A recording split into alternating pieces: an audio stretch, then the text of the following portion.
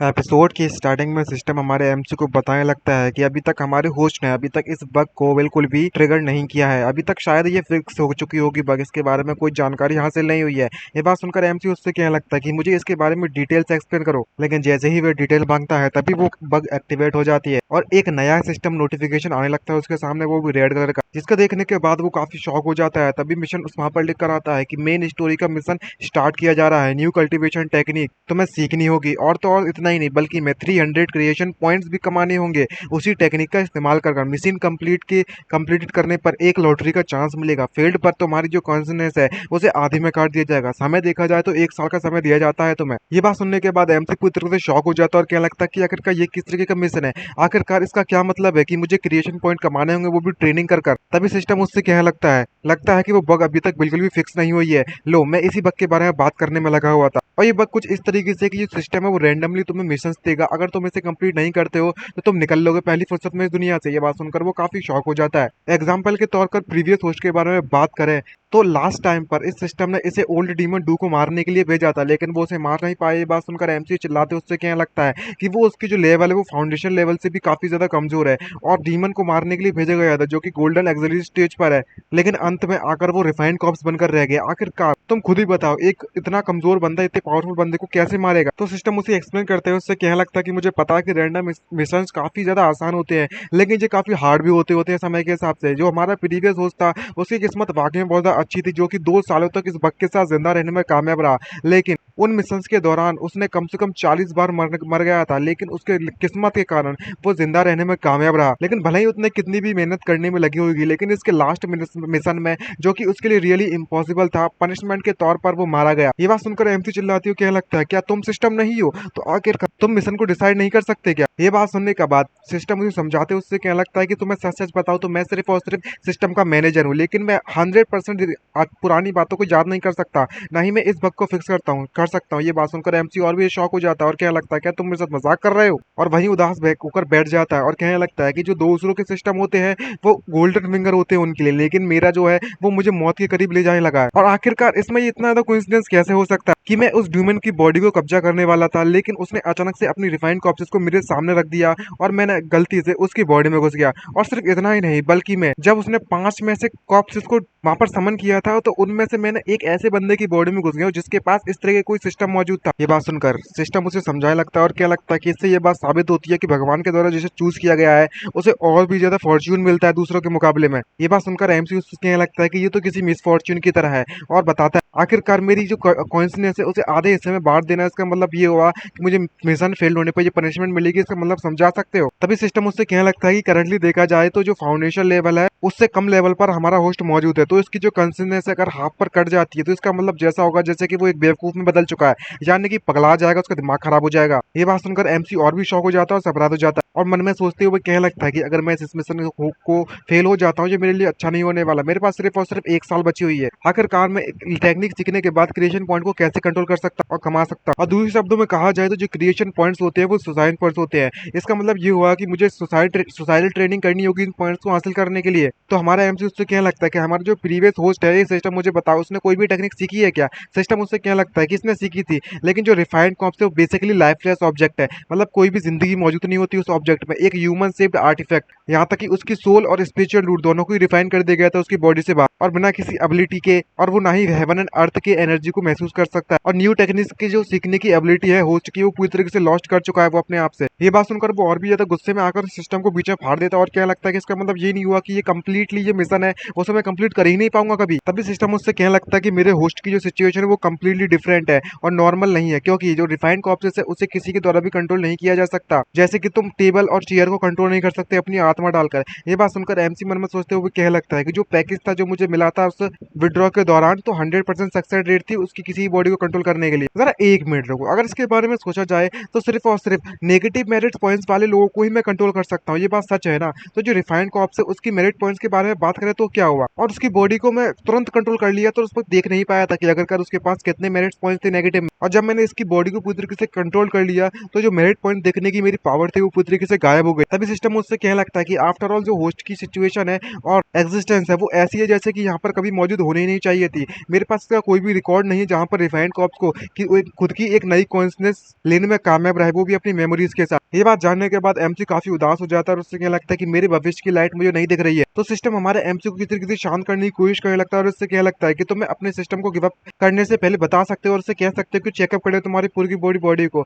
After all तुम्हारी खुद की कॉन्शियसनेस मौजूद है, जो स्पेशल रूट है वो भी शायद इसके साथ आ जाए तो। और तभी भी सिस्टम को नोटिस देने लगता है और तभी सिस्टम उससे कहने लगता है कि जहाँ पर सीधी सीधी बात कही गई है कि बेवकूफ के पास कोई भी किस्मत नहीं होती है, उसकी किस्मत ही बहुत ज्यादा खराब है। ये बात जानने के बाद एमसी गुस्सा आ जाती है, वो सिस्टम को फेंक कर कहने लगता है कि तुम मेरे साथ मजाक कर रहे हो क्या? यहाँ पर कोई भी दूसरा रास्ता नहीं है, कोई भी ऐसा तरीका जिससे कि ह्यूमन मेड स्पिरिचुअल रूट मुझे हासिल किया जा सके या फिर कुछ ऐसा ही कुछ। तभी सिस्टम उससे कहने लगता है कि सिस्टम की मार्केट में इंफॉर्मेशन हासिल है जिसमें दो स्पेशल स्पिरिचुअल रूट के बारे में बताया गया है। उनमें से पहले को आर्टिफिशियल स्पिरिचुअल रूट कहा जाता है। नॉर्मली देखा जाए हाई कल्टीवेटर्स के ब्रेक थ्रू करने के लिए नेक्स्ट लेवल पर इसका इस्तेमाल किया जाता है। ये एक रिफाइंड आर्टिफैक्ट्स है। सिमिलर एट्रीब्यूट्स के हिसाब से ये इंडिविजुअल स्पिरिट रूट को मदद करते हैं इंक्रीज करने में उसकी स्पिरिचुअल पावर से। और लेकिन एक बात भी है इसकी कमजोरी की, ज्यादा देर तक नहीं चलने वाले। और दूसरी स्पिरिचुअल रूट के बारे में बात करें तो डीमन स्पिरिचुअल रूट कहते हैं हम जिसे, और जिसे इस्तेमाल करने के लिए और बनाने के लिए स्पेशल बीस्ट के इनर एक्सिलरी का इस्तेमाल करना पड़ेगा। या तो वो स्पिरिचुअल रूट के एट्रीब्यूट को इंक्रीज कर देंगे या तो वो उसकी क्वालिटी को इंक्रीज कर देंगे स्पिरिचुअल रूट को। जब इसे पहली बार बनाया गया था तो ये एक्सट्रीमली पॉपुलर थी इस पूरे के पूरे वर्ल्ड में कुछ समय तक।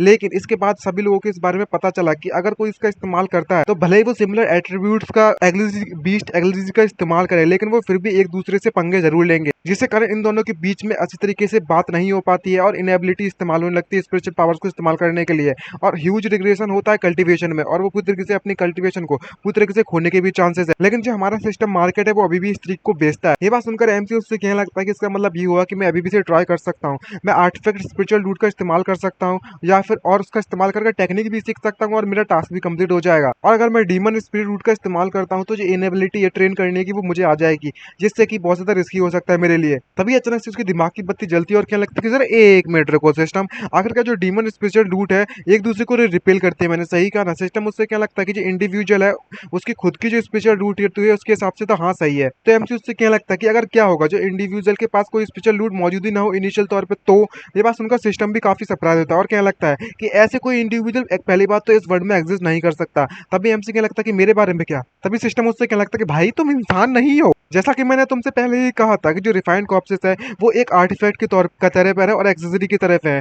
तुम अब इंसान नहीं रहे हो, तुम्हारे पास किसी भी तरीके की कोई स्पेशल रूट भी मौजूद नहीं है। क्या तुमने कभी भी किसी ऐसे आर्टिफैक्ट को देखा है जिसके पास खुद की स्पिरिचुअल रूट मौजूद हो? तभी सिस्टम उससे क्या लगता है कि इसका मतलब ये हुआ कि इस वर्ल्ड में कोई भी डीमन स्पिरिचुअल रूट का इस्तेमाल नहीं कर सकता, लेकिन मैं जरूर कर सकता हूँ। तभी ये बात सुनकर सिस्टम उससे क्या लगता है कि मुझे भी नहीं पता है। आफ्टर ऑल जो होस्ट की एग्जिस्टेंस है वो भी सिस्टम के लॉजिक और रीजनिंग को पूरी तरीके से डिफाई करता है, मना करता है। भाई पूरे साइंस के लॉजिक ही तोड़ दिए तुम लोगों ने। तो ये बात सुनकर सैमसी उससे क्या लगता है कि जो सबसे ज्यादा खराब चीज हो सकती है मेरे साथ वो ज्यादा से ज्यादा क्या ही हो सकता है कि मैं बेवकूफ बन जाऊंगा, और इससे ज्यादा ही खराब क्या ही हो सकता है। तब मेरे पास कोई भी चारा नहीं बचता तो वो डायरेक्टली 200 पॉइंट का इस्तेमाल कर demon special root secret school को खरीद लेता है और उसे खरीदने के बाद उसे रीड करना चालू कर देता है ताकि सीखने लगे। यहाँ पर वो बताया जाता है कि उस बुक में लिखा रहता है कि यहाँ पर कई सारे डिफरेंट क्वालिटी की स्पिरिचुअल रूट्स मौजूद है, normal level, lower level, medium level, upper level, top level, और इसी हिसाब से डीमन इनर एक्सिलरी होती है। इस स्कूल में बताया गया है फाउंडेशन एक्सिलरी, फाउंडेशन एक लेवल है, एलेक्सरी अलग है,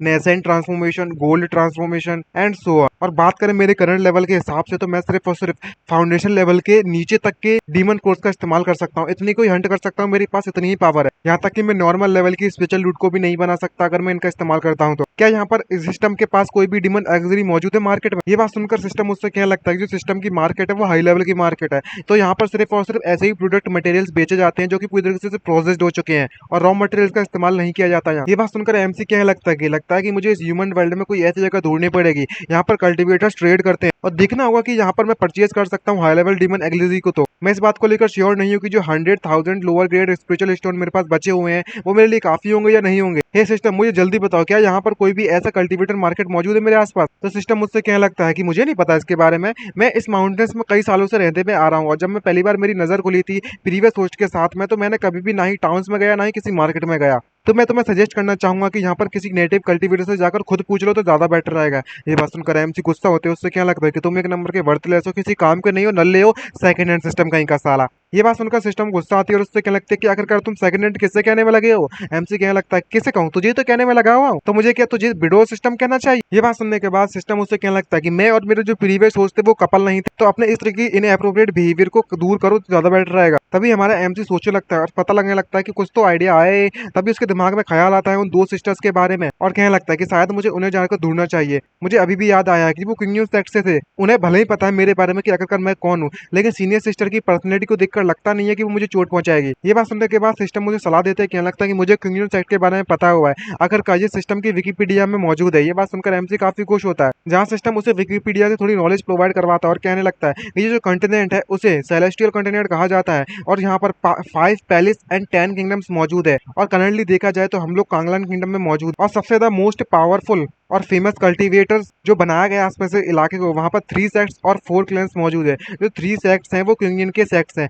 और जो फेंगलाई सेक्ट है और ह्यून सेक्ट है, मतलब 3 सेक्ट है, ये वाले नाम बताए हैं। और बात करें 4 क्लैंस के बारे में तो बीस्ट टेमर क्लैन, वांग जुआन क्लैन, ये सारे के सारे इंफॉर्मेशन हमारे एमसी को पसंद नहीं आती, तो बीच में ही से रुक देता है और जिससे क्या लगता है कि मैं और ज्यादा नहीं सुन सकता फालतू की बकवास। अब मुझे समझ में आया कि आखिरकार उसकी जो जूनियर सिस्टर थी उसने अपने सेक्ट के बारे में सबसे पहले उस डीमन को अनाउंस कर क्यों बताया था। क्या वाकई में जो क्विंगियन सेक्ट है वो इतना फेमस है? क्या तुम्हें सेक्ट की लोकेशन में पता है सिस्टम? तभी सिस्टम मुझसे क्या लगता है कि ये तुम्हारे इस इलाके से ज्यादा दूर नहीं है, अगर तुम इस तरीके से चलते रहे तो तुम वहां पर 4 आवर्स में पहुंच जाओगे। तभी एमसी उससे क्या लगता है कि हम जिस रास्ते से जाने में लगे हुए हैं, क्या यहाँ पर कोई भी क्यूनियन सेक्ट के पास में आस-पास में हेयुआन सेक्ट मौजूद है क्या? मैं वहां पर जाना चाहता हूँ, वहां पर जाने से पहले बस क्यूरियोसिटी है मेरी। ये बात सुनकर सिस्टम उससे क्या लगता है कि ये यहाँ से ज्यादा दूर नहीं है, लेकिन होस्ट की लाइफ की एनर्जी के लिए और डार्क एनर्जी के लिए ये मैं सजेशन देना चाहूंगा कि वहां पर तुम सिर्फ तभी जाओ अगर हमारा जो होस्ट है उस सेट की ट्रेनिंग वेसल बनना चाहता है। ये बात सुनने के बाद एमसी तुरंत मना कर देता है। ट्रेनिंग वेसल से आप समझ गए होंगे कि अगर उन लोगों को पता चल गया कि इसके पास किस तरीके की एनर्जी मौजूद है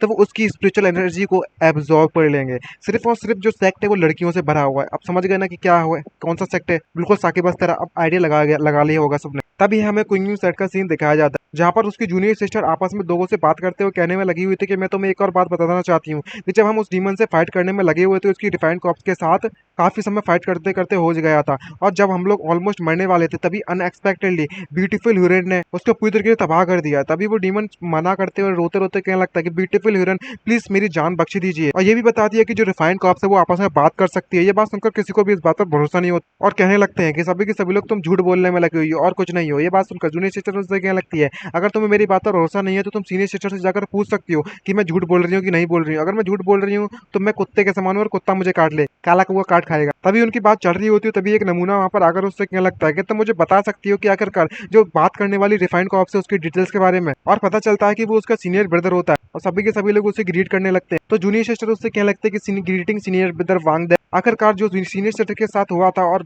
मेरे साथ हुआ था मैं उसके बारे में बताऊं तो अच्छा ये बताने वाली होती है। तभी सीनियर सिस्टर वहां पर आकर उसे रोकती है और उससे क्या लगती है जियाओ वैन। तभी वो किससे क्या लगता है सीनियर सिस्टर क्या हुआ। उसका सीनियर ब्रदर उससे पूछने लगता है कि जूनियर सिस्टर लियो, मैंने सुना है कि वहां पर तुमने एक इविल कल्टीवेटर के साथ फाइट की थी, क्या तुम ठीक हो? ये बात सुनकर सीनियर सिस्टर उससे कहने लगती है कि मुझे बस कुछ खरोंचे आई थी और कुछ भी नहीं, और फटाफट से अपने जूनियर सिस्टर को पकड़कर घसीट कर वहां पर ले जाती है और उससे कहने लगती है कि मैं तुम्हारे साथ कुछ बातें करना चाहती हूँ। और जितनी जल्दबाजी में उसे ले जा रही होती है सभी को इस बात पर डाउट होने लगता है और आसपास के लोग उससे कहने लगते हैं कि सीरियसली जो सीनियर ब्रदर है वाकई में इसके एटीट्यूड को देखो तो जरा मुझे लगता है कि ये बात जेलस महसूस करने में लगी हुई है सीनियर ब्रदर से, क्योंकि सीनियर ब्रदर ने इससे काफी ज्यादा पावरफुल बन चुके हैं और काफी ज्यादा टैलेंटेड भी है और कुकिंग सेक्ट में काफी मशहूर भी है। ये बात सुनकर उसका सीनियर ब्रदर उससे कहने लगता है कि तुम ये सब करने की जरूरत नहीं है, ये बस जो सीनियर सिस्टर है हमारी उसकी पर्सनैलिटी ही ऐसी, उसमें कुछ नहीं कर सकते। तभी उसकी सीनियर सिस्टर उसे बिठाकर एक कमरे में बंद कर देती है और उससे कहने लगती है कि ये मेरी गलती थी कि मैं तुम्हें इसके बारे में पहले बताना भूल चुकी थी, लेकिन मैं चाहती हूँ कि तुम रिफाइंड कॉप्स के बारे में किसी को भी कुछ ना बताओ। ये बात सुनकर वो सुनी जूनियर सिस्टर उससे कहने लगती है कि सीनियर सिस्टर क्या तुमने और जो मास्टर थे उन्होंने उस इविल कल्टीवेटर को ढूंढ लिया? ये बात सुनकर उसकी सीनियर सिस्टर उससे बताने लगती है कि जी हाँ हमने उसे ढूंढ लिया था, उसे उस डेविल को उसके खुद की नेसेंट ट्रांसफॉर्मेशन रिफाइंड कॉप्स के द्वारा मार गया था और जो नेसेंट ट्रांसफॉर्मेशन रिफाइंड कॉप्स थी उसके बाद उसने अपने आप को मार लिया, लेकिन जो रिफाइंड कॉप्स थी जिसने हमें बचाया था वो वहां पर नहीं मिली पड़ी थी और मैं इस बारे में मास्टर को भी नहीं बता सकती थी और ना ही सेक्ट लीडर के बारे में बता सकती थी और ना ही तुम्हें किसी को भी इसके बारे में बताना चाहिए। ये बात सुनकर उसकी जूनियर सिस्टर का भी घबरा जाती है और उससे क्या लगता है कि नेसेंट ट्रांसफॉर्मेशन ये तो बिल्कुल हमारे एल्डर के बराबर है, क्या हुआ था वहां पर? जहां तक जो नेसेंट ट्रांसफॉर्मेशन स्टेज की रिफाइंड कॉप्स है वो मारी जा चुकी थी।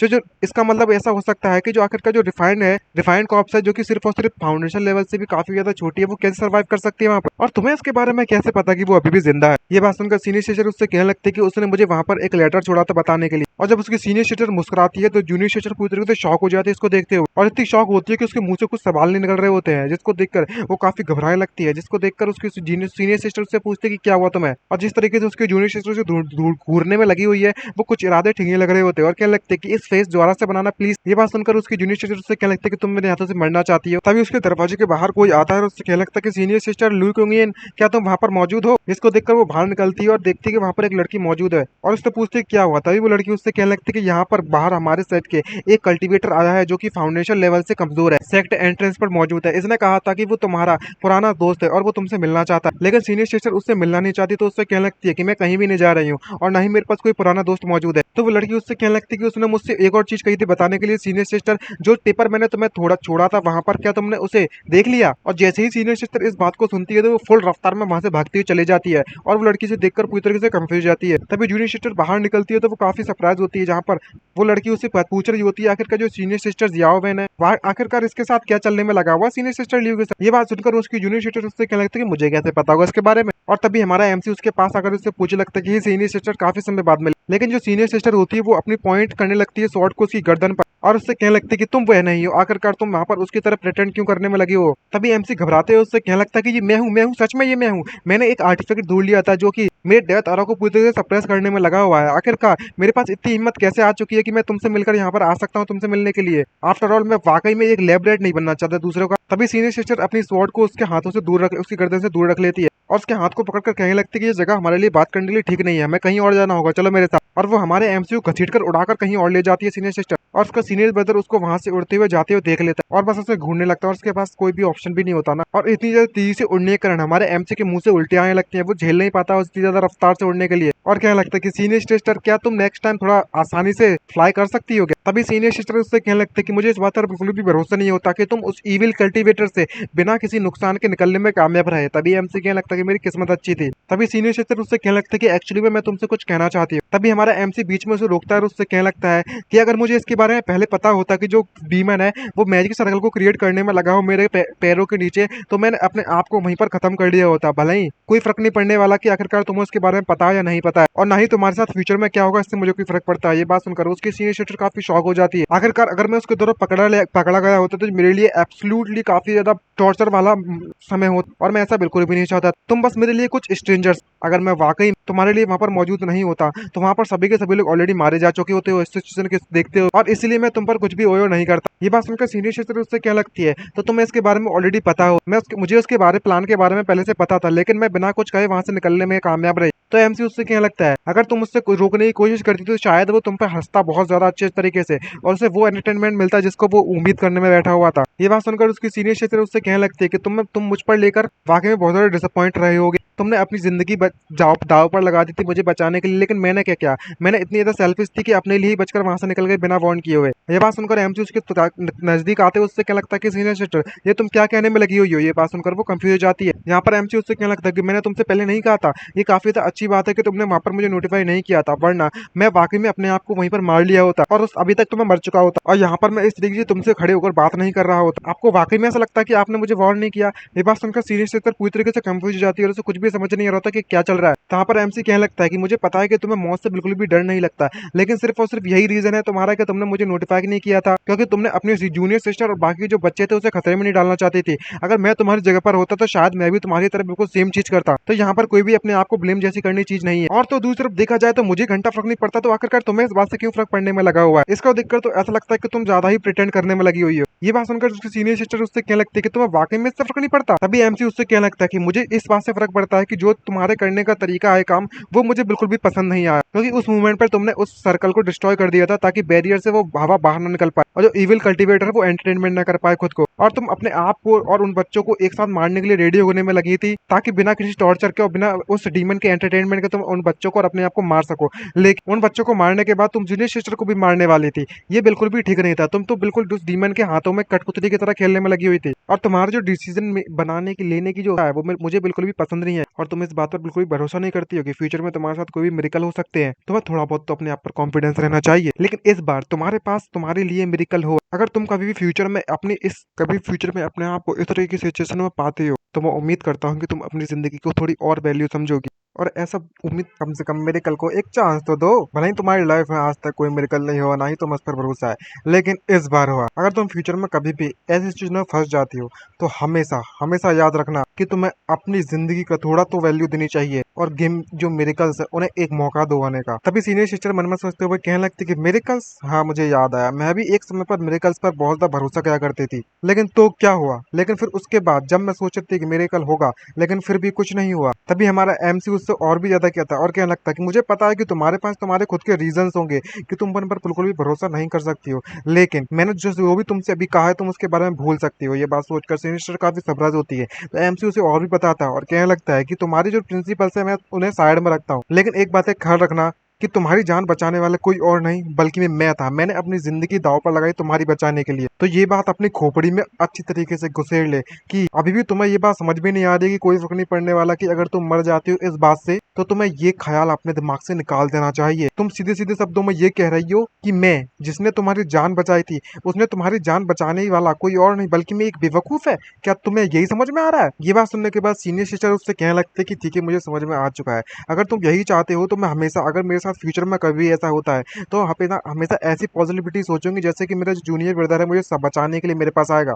ये बात सुनकर एमडी शर्माते उससे कहने लगता है कि तुम तो मुझ पर कुछ ज्यादा ही प्रेशर डाल रही हो। तभी अचानक से होश आते हुए उससे कहने लगता है कि एक मिनट रुको, तुमने अभी मुझे क्या कहकर बुलाया। तो सीनियर सिस्टर उससे कहने लगती है कि तुम मुझे काफी समय से सीनियर सिस्टर कहकर बुला रहे हो, तो सीधी सी बात है कि मुझे तुम्हें जूनियर ब्रदर कहकर बुलाना चाहिए। और हमारा एमसी भी इस बात से एग्री होता है। तभी हमारा सिस्टम इसकी लफड़े में टांग अड़ाते उससे कहने लगता है कि कितने पिटी वाली बात है कि मैं एक क्रिएशन सिस्टम हूँ, ना कि कोई डेटिंग सिस्टम। ये बात सुनकर एमसी उससे कहने लगता है कि तुम क्या बकवास कर रहे हो भाई सिस्टम। तभी सीनियर सिस्टर उससे कहने लगते हैं कि तुम बस इतना ही कहने के लिए मुझसे आए थे जूनियर ब्रदर। तभी एमसी को लगता है कि एक्चुअली में मैं ये तुमसे एक फेवर चाहता हूँ और तुमसे कुछ पूछना चाहता हूँ। तभी एमसी उसे सब कुछ बता देता है। तभी सीनियर सिस्टर उससे कहने लगती है अच्छा तो तुम्हें डीमन एलेक्सरी चाहिए। जहाँ पर एमसी उससे कहने लगता है कि जितना ज्यादा हाई लेवल की होगी उतनी ज्यादा बेटर रहेगी। तुम्हें पता है कि आखिरकार मैं ये कहाँ पर खरीद सकता हूँ। तो सीनियर सिस्टर उससे कहने लगती है कि यहाँ पर मार्केट तो मौजूद है अगर हम कम्युनिटी साइट से नीचे माउंटेन में जाते हैं तो, लेकिन जो डीमन एलेक्सरी की जो प्राइस है वो बहुत ज्यादा है। शायद तुम्हारे पास तुम कभी खरीद भी नहीं पाओगे सेकंड टायर तक की, और तुम्हारा इतनी बजट हो सकता है यहाँ तक कि मुझे पता। हाँ तुम वहाँ पर ले तो सकते हो थर्ड एंड फोर्थ टायर की लग्जरी ऑप्शन है,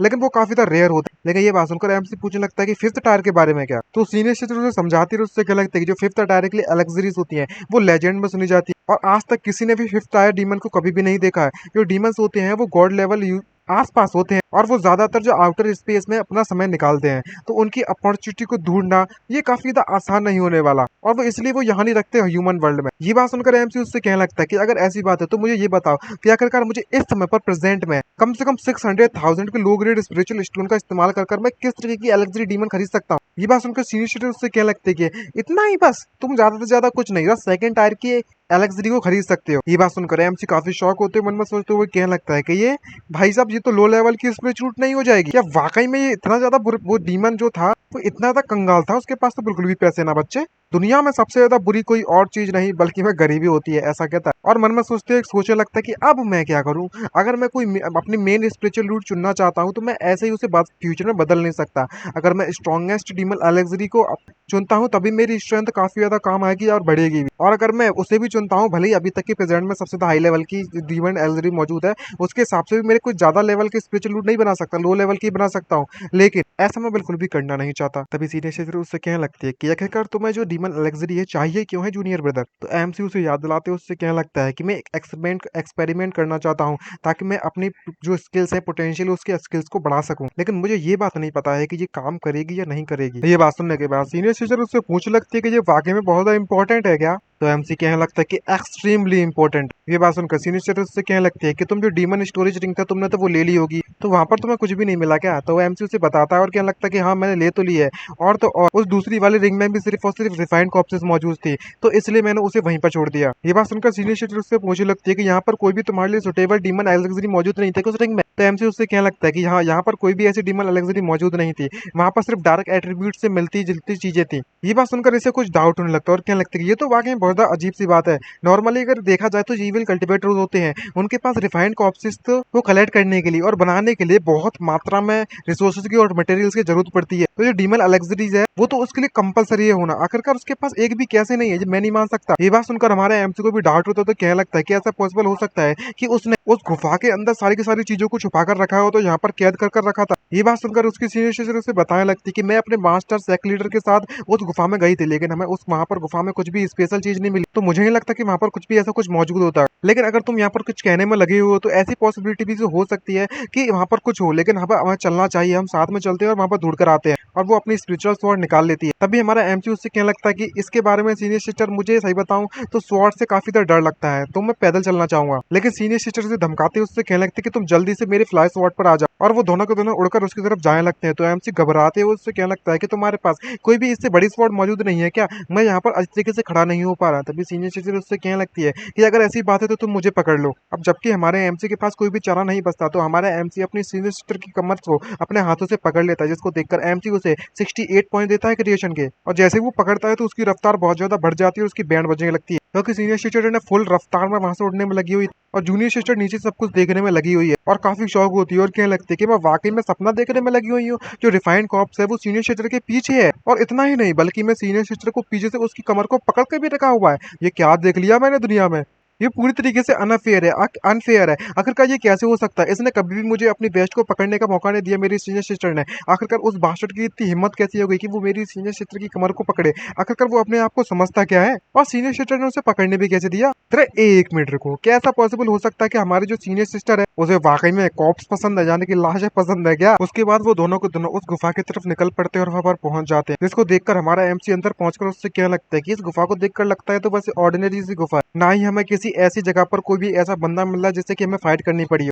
आखिरकार हम इस जगह पर आए तो आए क्यों हैं। तभी सीनियर सिस्टर उससे कहने लगती है कि जो मेरी जूनियर सिस्टर है, जब मैं यहाँ पर इन्वेस्टिगेट करने में लगे हुए थे, यहाँ पर सेट के सारे डिसिपल डिसअपेयर हो गए थे वहां से, हमने इस बार में कभी उम्मीद भी नहीं की थी कि हमें इविल कल्टीवेटर मिल जाएगा इसके अंदर। लेकिन हम यहाँ पर पहुंचने के बाद उस डीमन के द्वारा हमें कैप्चर कर लिया गया, और ये इस केव की यानी कि इस गुफा का एंडिंग है, जिसको देखकर हमारा एमसी वहां पर अपने एप्रेज स्किल का इस्तेमाल कर उसके स्कैन करने लगता है और कहने लगता है मन में सोचते हुए, इसको देखकर लगता नहीं कि यहाँ पर कोई भी नेसेंट सोल कल्टीवेटर इतनी ज्यादा ऑर्डिनरी सी गुफा में रहेगा भी। और वो पूरी की पूरी गुफा को स्कैन करते तो वहां पर सिर्फ और सिर्फ पत्थर दिखाई देते हैं। लेकिन तभी उसकी नजर किसी चीज पर जाती है और इस जगह को देखकर वो तरीके से कंफ्यूज होता है और कहने लगता है कि ये क्या चीज है। जब एमसी इस तरीके से हरकतें देने में लगा होता है तो सीनियर सिस्टर उससे पूछती है कि जूनियर ब्रदर आखिरकार तुम क्या कर रहे हो। तो एमसी कहने लगता है कि मैं तुम्हें बाद में बताता हूँ, और सिस्टम से पूछने लगता है कि आखिरकार जो जो कमजोर सा स्पेशल बैरियर है इसका मतलब क्या मतलब है। यहाँ पर सिस्टम बताता है कि जो एंशिएंट बैटलफील्ड थी वहां पर जो भी पावरफुल लोग फाइट करते हैं, जो कल्टीवेटर्स फाइट करते हैं, तो उनकी जो स्पेशल लॉ है वो आसपास का पूरी तरीके से डिस्टर्ब हो जाता है और इस कारण से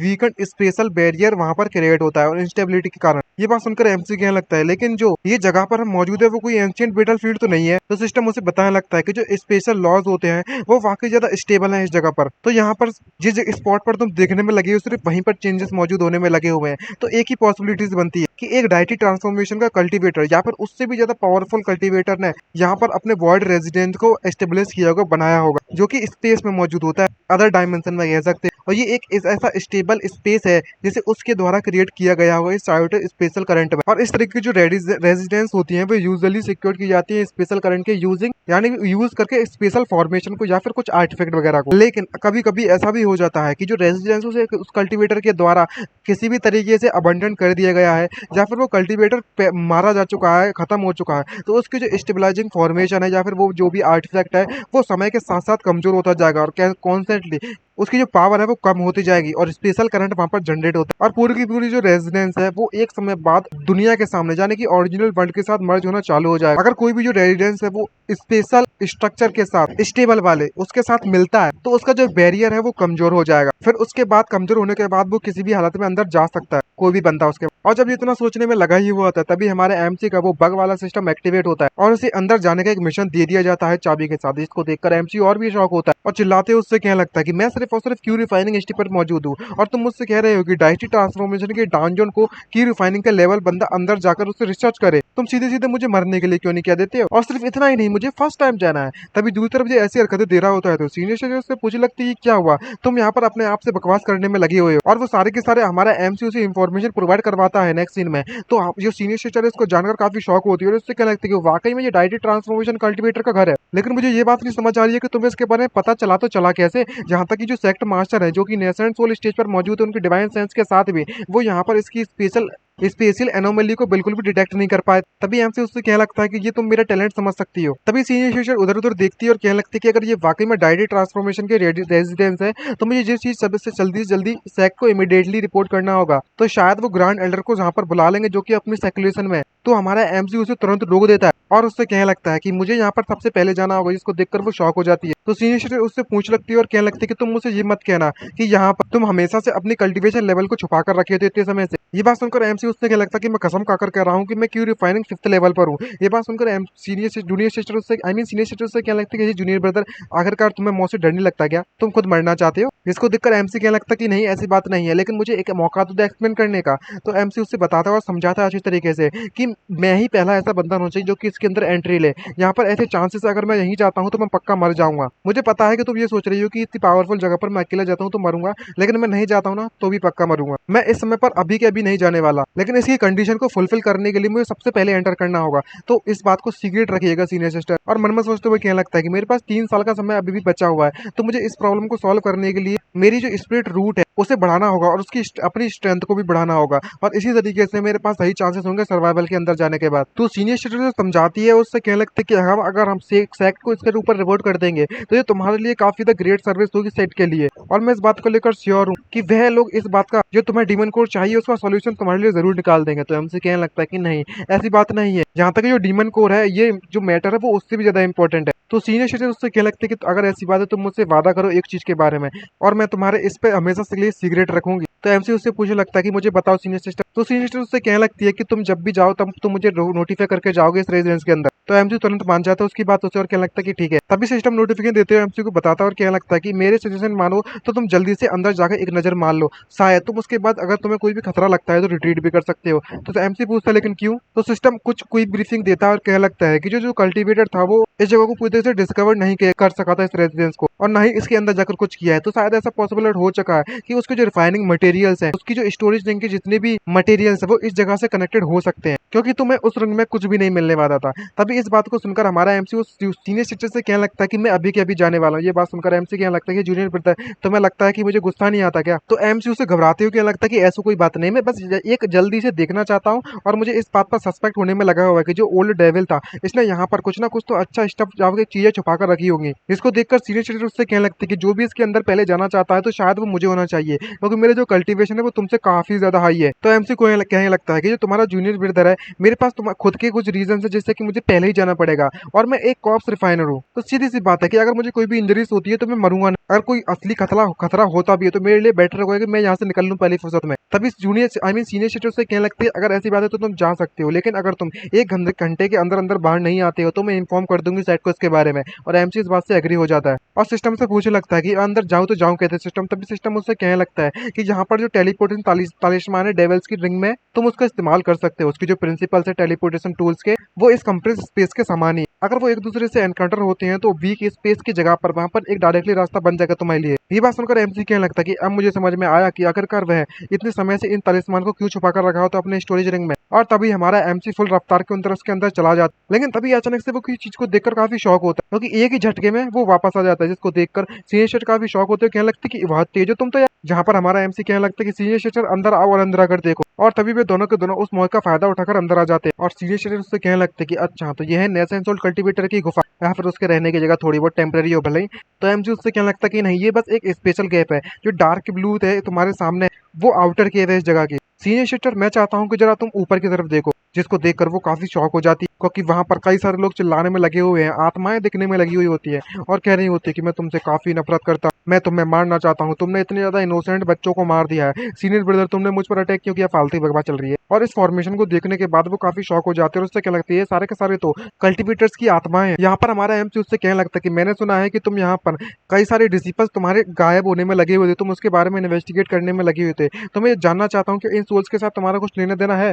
तो सीनियर सिस्टर उससे कहने लगती है कि तुमने बिल्कुल सही कहा, यहाँ पर हमारे जो आउटर साइड के डिसिपल्स हैं वो गायब होने में लगे हुए थे, जिससे कारण मुझे लगता है कि सारी की सारी घटना इस इविल कल्टीवेटर के कारण ही हो रही होगी। तभी हमारा एमसीयू उससे कहने लगता है कि अगर मुझे एक बात समझ नहीं आ रही कि इतने सभी के सभी सोल्स को जो इस तरीके से पकड़ कर रखा हुआ है लो लेवल कल्टीवेटर्स की, करना क्या चाहता था। तो सीनियर सिस्टर एक्सप्लेन करते हुए उससे कहने लगती है कि ये एक एंशिएंट फॉर्मेशन है। तो जब ये एक ऐसी फॉर्मेशन है जो कि मैंने एंशिएंट टेक्स्ट से भी पढ़ी थी, और इसे सोल रिफाइनिंग फॉर्मेशन कहा जाता है, और ये हमारे सेट की जो प्रोटेक्शन ग्रांड फॉर्मेशन है उसे पूरी तरीके से तबाह कर सकती है। और इसका इस्तेमाल कर कर ये शायद बंदा स्पेशल आउटर वॉल को नेशन सोल कल्टीवेटर की गुफा से जो कनेक्टेड है उस हाई पावरफुल कल्टीवेटर की गुफा यानी कि स्पेशल यानी कि स्पेस में थर्ड डायमेंशन उसमें घुसना चाहता होगा। और इस फॉर्मेशन की जो पावर है वो कहीं और नहीं बल्कि में लो लेवल की कल्टीवेटर्स की आत्माओं पर डिपेंड करती है, और स्लोली करके इस फॉर्मेशन के डिफेंस को तबाह करती जाएगी, और किसी भी हाई लेवल के कल्टीवेटर के फॉर्मेशन को तोड़ा जा सकता है इसका इस्तेमाल करके। क्या तुम यहाँ पर डीमन कोर्स को नहीं ढूंढने में लगे हो तो जूनियर ब्रदर, और उस फॉर्मेशन के चारों तरफ जो भी डीमन कोर्स लगे हुए हैं वो कम से कम थर्ड रैंक के डीमन कोर्स हैं। ये बात सुनकर एमसी शॉक होती है, उससे क्या लगता है कि थर्ड रैंक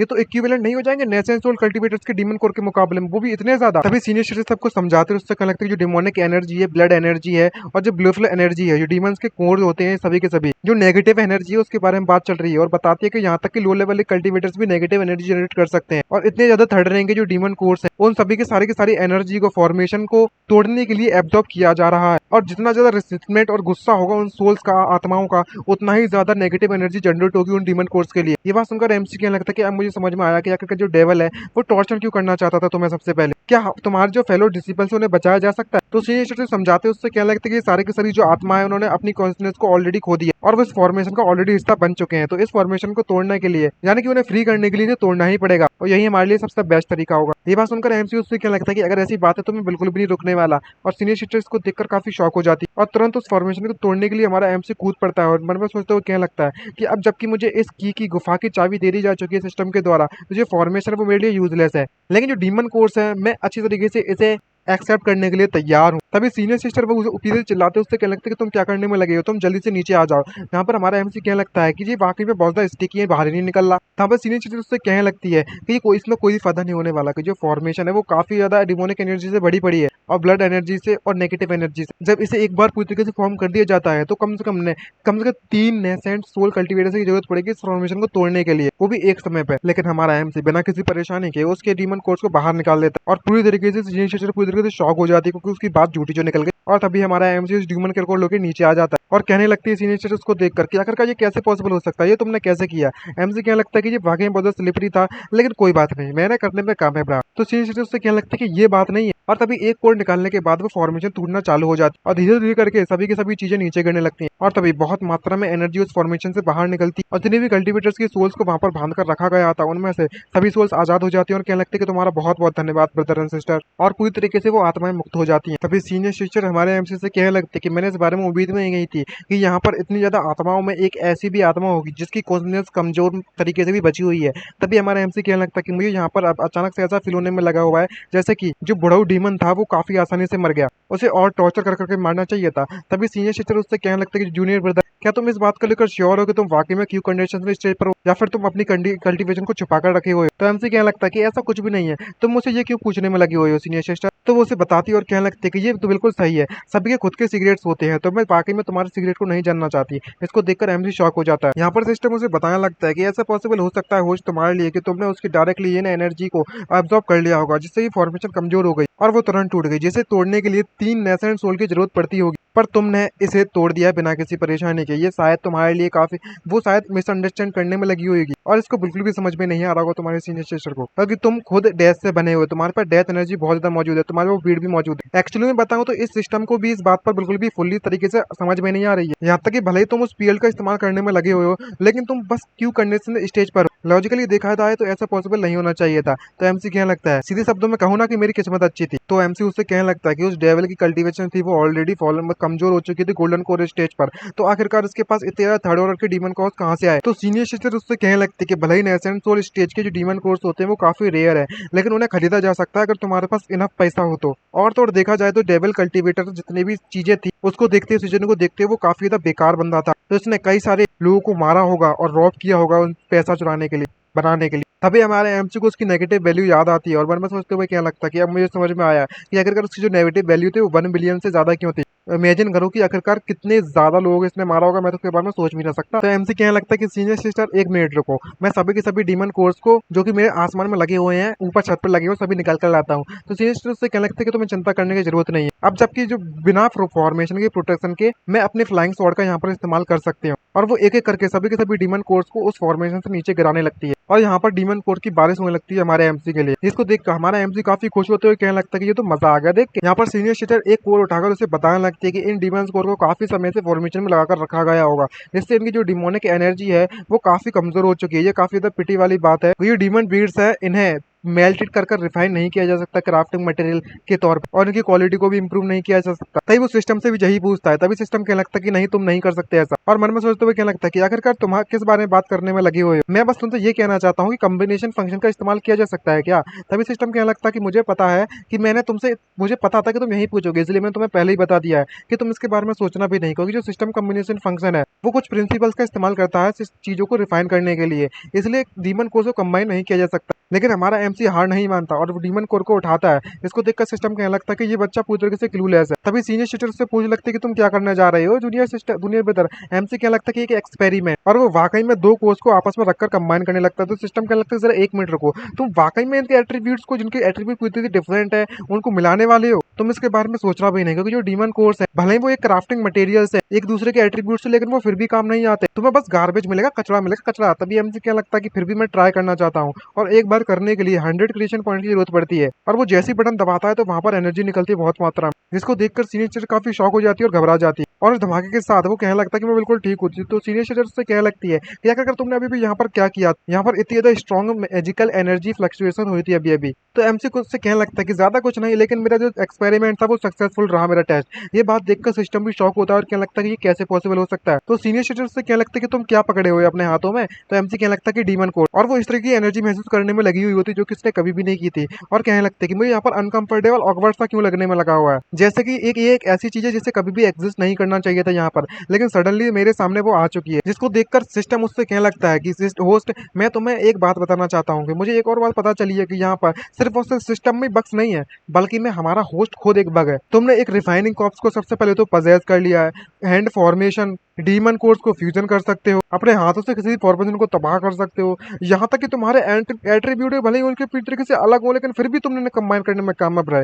ये देखकर एमसी शॉक होते क्या लगता है कि ये सिस्टम के फंक्शन नहीं है क्या। सिस्टम कहने लगता है कि मैं एक एडमिनिस्ट्रेटर हूँ, मुझे पता है कि जो सिस्टम के फंक्शन है तुमसे ज्यादा अच्छी तरीके से। मुझे एक बात बिल्कुल भी समझ नहीं आ रही है कि आखिरकार तुम एक पावरफुल कल्टिवेटर हो जिसने सभी के सभी हेवन एंड अर्थ के लॉ को बदल सकता है, या फिर नहीं हो। मेरे को तो ऐसा नहीं लगता कि तुम बिल्कुल भी नहीं हो, मुझे तो ऐसा लगता है तुम तो ऐसी चीजें कर सकते हो जो कि मैं सोच भी नहीं सकता। तभी हमारा एमसी स्कोर को देखकर कहने लगता है कि लेकिन मुझे इसे कंबाइन करने के लिए 100 पॉइंट की जरूरत पड़ती है, और तो और मेरे पास सिर्फ और सिर्फ कुछ ही पॉइंट्स बचे हुए प्रीवियस होस्ट के कॉइन्स को मिलाकर, और मैंने उस डेविल को मार दिया था, तो मेरे पास टोटल मिलाकर 6069 पॉइंट्स बचे हुए, और कंबाइन करने के लिए 144 डीमन कोर्स को मुझे अभी भी यहाँ पर कुछ कोर्स की पॉइंट्स की जरूरत पड़ रही है। और सिस्टम से पूछने लगता है कि मैं ज्यादा जल्दी पॉइंट कैसे कमा सकता। और तभी उसकी नजर हमारे सीनियर सिस्टर पर जाती है, लेकिन वो अपनी सीनियर सिस्टर के साथ कुछ भी गलत नहीं करना चाहता, और कहने लगता है कि नहीं नहीं, मैं बिल्कुल भी ऐसा नहीं करने वाला। जो इविल थॉट्स मेरे दिमाग में आने में लगे हुए हैं, मैं इतना पागल नहीं हूँ कि सीनियर सिस्टर का इस्तेमाल कर, वरना मैं एक्चुअली में मारा जाऊंगा। इविल पॉइंट्स को तो मैं बिल्कुल भी नहीं कनेक्ट करना चाहता। तो सिस्टम कहने लगता है कि मैं तुम्हें बोल चुका हूँ ये क्रिएशन पॉइंट्स है। तो हमारे एमसी को तभी ख्याल आता है और कहने लगता है कि मुझे अभी भी याद आया, डेविल स्टोरेज की रिंग मेरे पास अभी मौजूद है, डेविल की स्टोरेज रिंग। वहां पर वो देखता है कि उसके अंदर बहुत मात्रा में क्यू एक्सप्लोजन पिल्स मौजूद है, और पूछने लगता है कि सिस्टम मेरे पास लाइफ स्पॉन है क्या। तो सिस्टम उससे कहने लगता है कि नहीं, तुम्हारे पास ड्यूरेबिलिटी जरूर है। यहाँ पर सीनियर तो पूछने लगती है कि जूनियर ब्रदर, तो मुझे ये बताओ कि अगर तुम क्यू एक्सप्लोजन पिल के साथ क्या कर रहे हो। तो हमारा एमसी तुरंत उसमें से एक पिल को खा लेता है, जिसको देखकर सीनियर चिट काफी शॉक होते हो, कहने लगते कि तुम ये सब क्या करने में लगी हुई हो। तुम्हें पता भी है कि जो फॉर्मिडेंट मेडिसिन है तुम इस तरीके से नहीं खा सकते बिना किसी रीजन के, लेकिन तब भी वहां पर नोटिफिकेशन आता है कि तुम्हें इतनी ज्यादा कंज्यूमिंग करने के लिए क्यू एक्सप्लोजन पिल को